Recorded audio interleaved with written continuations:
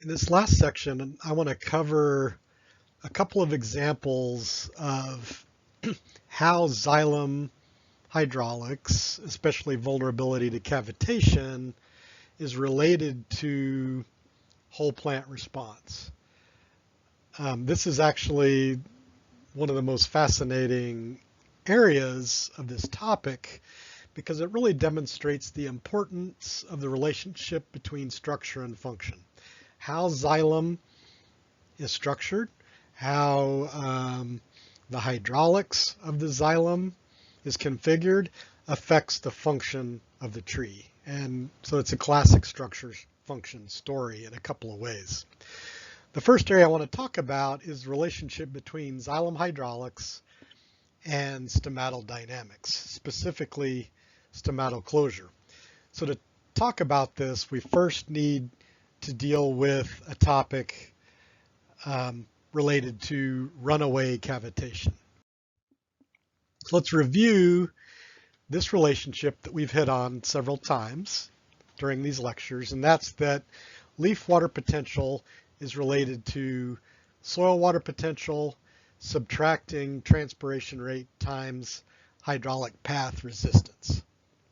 So let's think about the situation where as transpiration is occurring, water potential is becoming more negative. So we have transpiration rate, and either the soil is drying or transpiration rate is increasing, so leaf water potential is declining.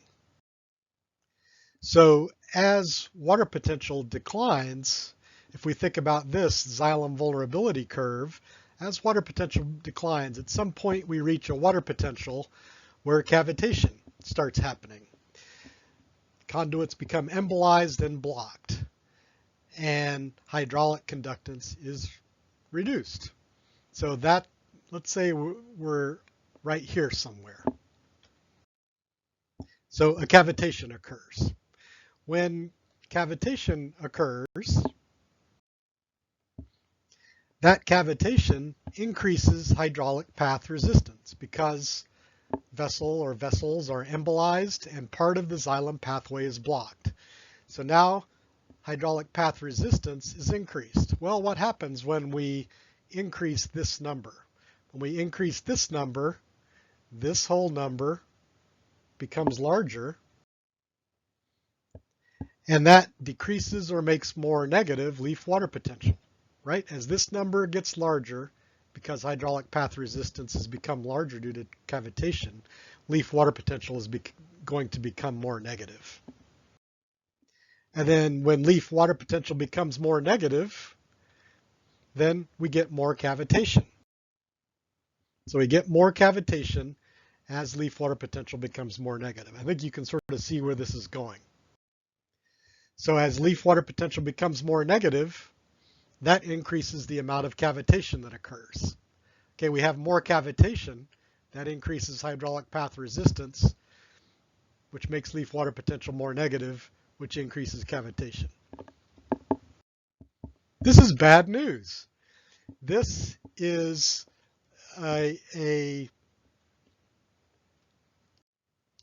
is an example of a feedback loop where the change in one factor affects another factor in the loop and causes the loop to keep going.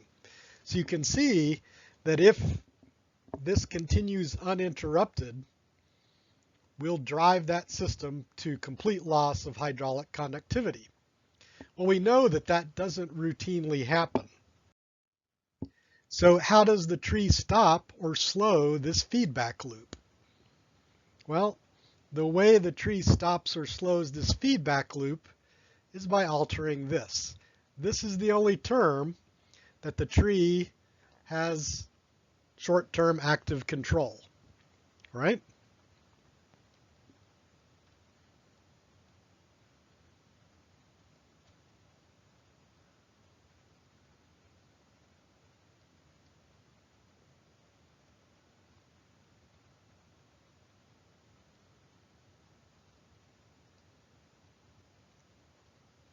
Okay, the tree can't alter its hydraulic path resistance, can't increase it by growing more vessels.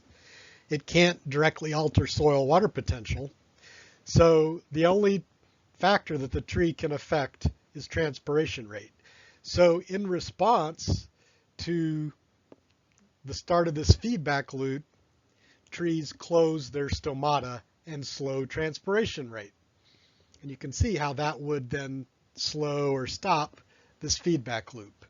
So that gives us a clue that those patterns of cavitation are related to patterns of stomatal dynamics. So let's go back to that initial questions. How do xylem hydraulics relate to stomatal dynamics?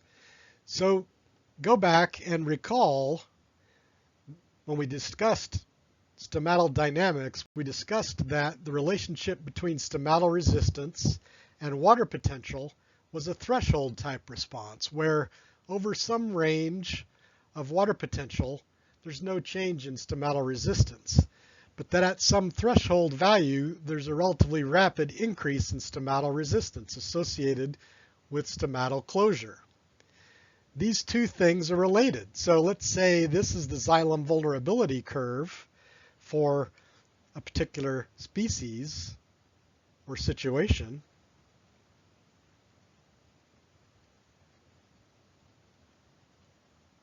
And we can see that somewhere around 1.25, that curve is starting to get pretty steep.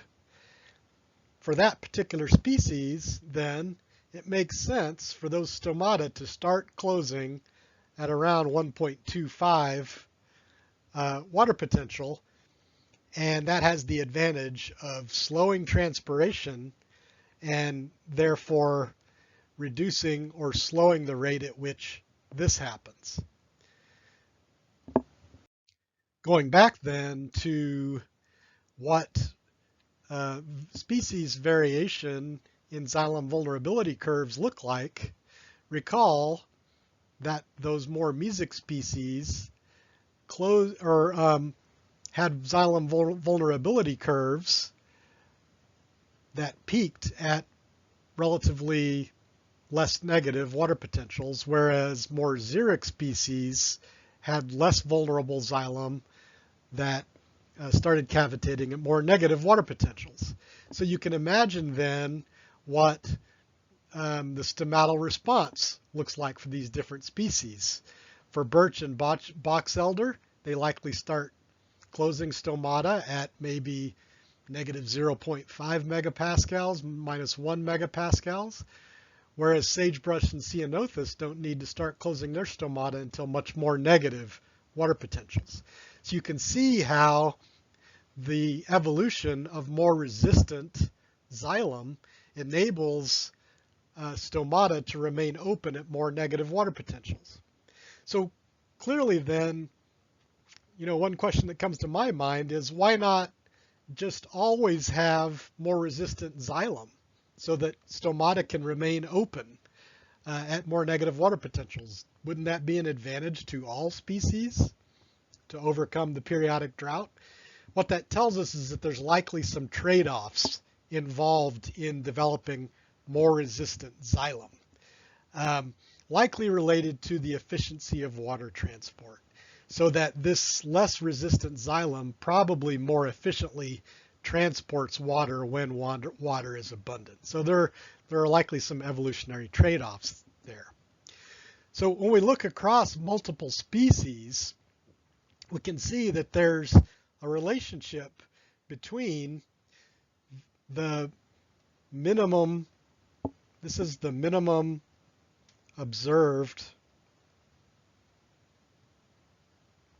water potential, and the cavitation threshold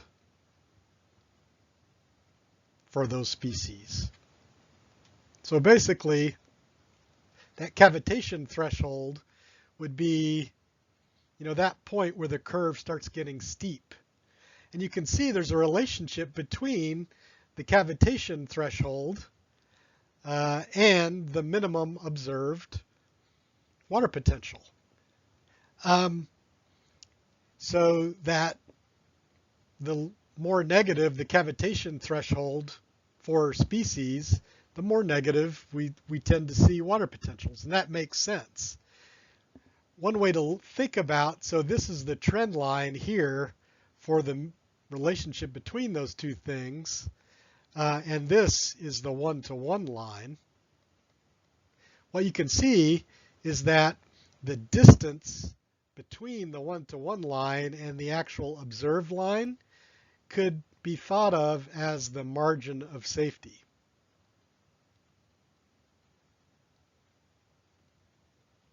Okay. It would be pretty risky if plants closed their stomata right at the cavitation threshold. So they tend to close them at a little less negative water potential than that cavitation threshold. And what you can see is that that difference gets larger as the cavitation threshold becomes more negative. So in more xeric plants, basically that margin of safety is greater. So that margin of safety is increased in more xeric evolved plants. Now here's a pretty interesting topic that's really a tree thing. We know that there is a maximum observed height for trees. It's probably around 130 meters to 140 meters, pushing 400 feet. Right now, the tallest measured tree is less than 400 feet in height, but we know historically there likely were a little bit taller trees in existence, but not much taller than the redwoods that we observe now. At any rate, there's some maximum height. And the question has always been, is there some biological explanation for that maximum height in trees? And probably the best candidate for a biological limitation on height is hydraulics. More specifically, limitations to gas exchange in the upper canopy caused by reduced water potential from that drawing water to that great height. So one of the fun things about looking at the literature in this area is you get to see literature from really tall trees. I think you've seen this data set before. This is pre-dawn water potential in tall Douglas fir trees. And this was measured from the Wind River canopy crane here. It's a construction crane in an old growth Douglas fir western hemlock forest in Washington State. And they went up some really tall Douglas fir trees, about 60 meters in height. So only 190 feet tall, and measured their pre-dawn water potential. And what you can see is that when the soil is at about minus 0.3 megapascals, the foliage at the top of tall trees is at about minus 1 megapascals. It's not transpiring, this is pre-dawn, but just by virtue of the gravitational potential, the leaves at the top of that tree are always at more negative water potential than the soil by quite a bit. And what that means is that the foliage at the top of tall trees is essentially perpetually under water stress, is one way to think about it. Foliage at the top of tall trees, because it has to overcome that gravitational potential, always has relatively negative water potentials and is essentially operating under perpetual water stress. So one of the people that looked at this in great detail was Barbara Bond. In the late 90s, early 2000s, she was a researcher at Oregon State University, and these are some data from ponderosa pine. And she was looking at net photosynthesis rate under a bunch of different environmental conditions, and she plotted net photosynthesis rate of ponderosa pine from these triangles are, shorter, younger trees, and taller, older trees. So those data showed that at any particular vapor pressure deficit, for instance, the taller, older trees had lower photosynthesis rates than the shorter, younger trees. And these were all on the same site. So this is not the site where they did the research, but this is a ponderosa pine site. You can see it's a relatively open, savanna-like canopy with a mixture of tree sizes. And in the forest they were measuring as an uneven age stance. They had young, short trees and tall, old trees growing in the same environment. So it was a nice situation for comparing that. And hypothesis was that these taller old trees not only were taller, so there's greater gravitational limitations, but they were also more complex. They had longer, twisty branches, and that provided more resistance, more hydraulic resistance, so that the foliage on those taller trees basically always was operating at more negative water potentials. That means the stomata were a little bit more closed and photosynthesis rates were lower. Well, if you want data from tall trees, redwood is a place to go. Redwoods are the tallest trees in the world, and getting data from them will give you data from really tall trees. So these data, you can see they retrieved leaves or measured leaves as high as neighborhood of 110 feet. I'm sorry, 110 meters above ground, close to 350 feet.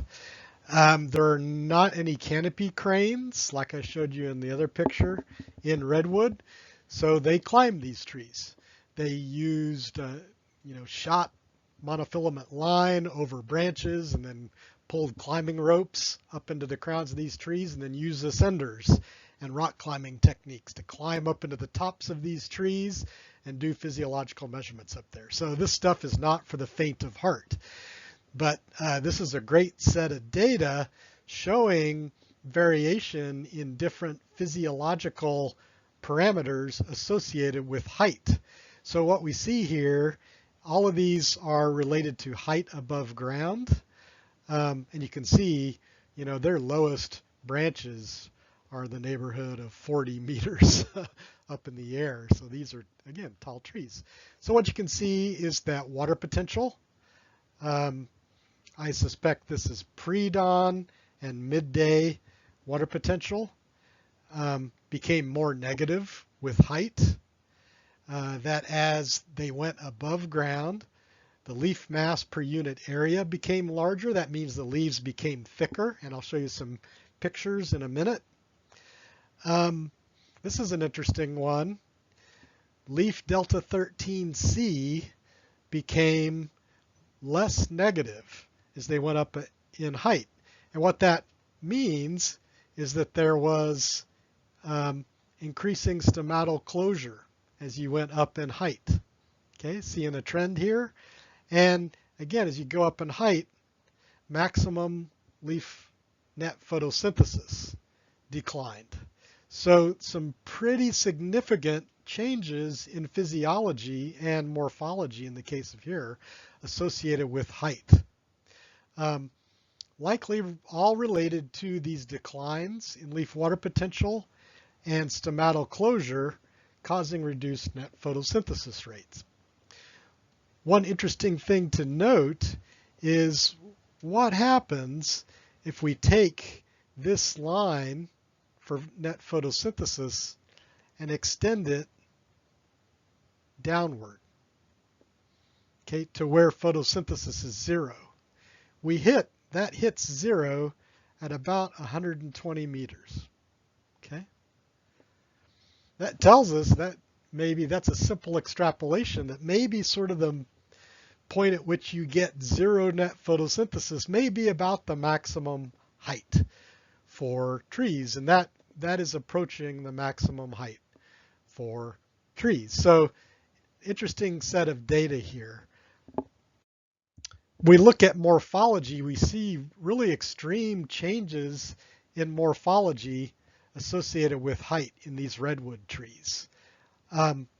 So these heights are in meters.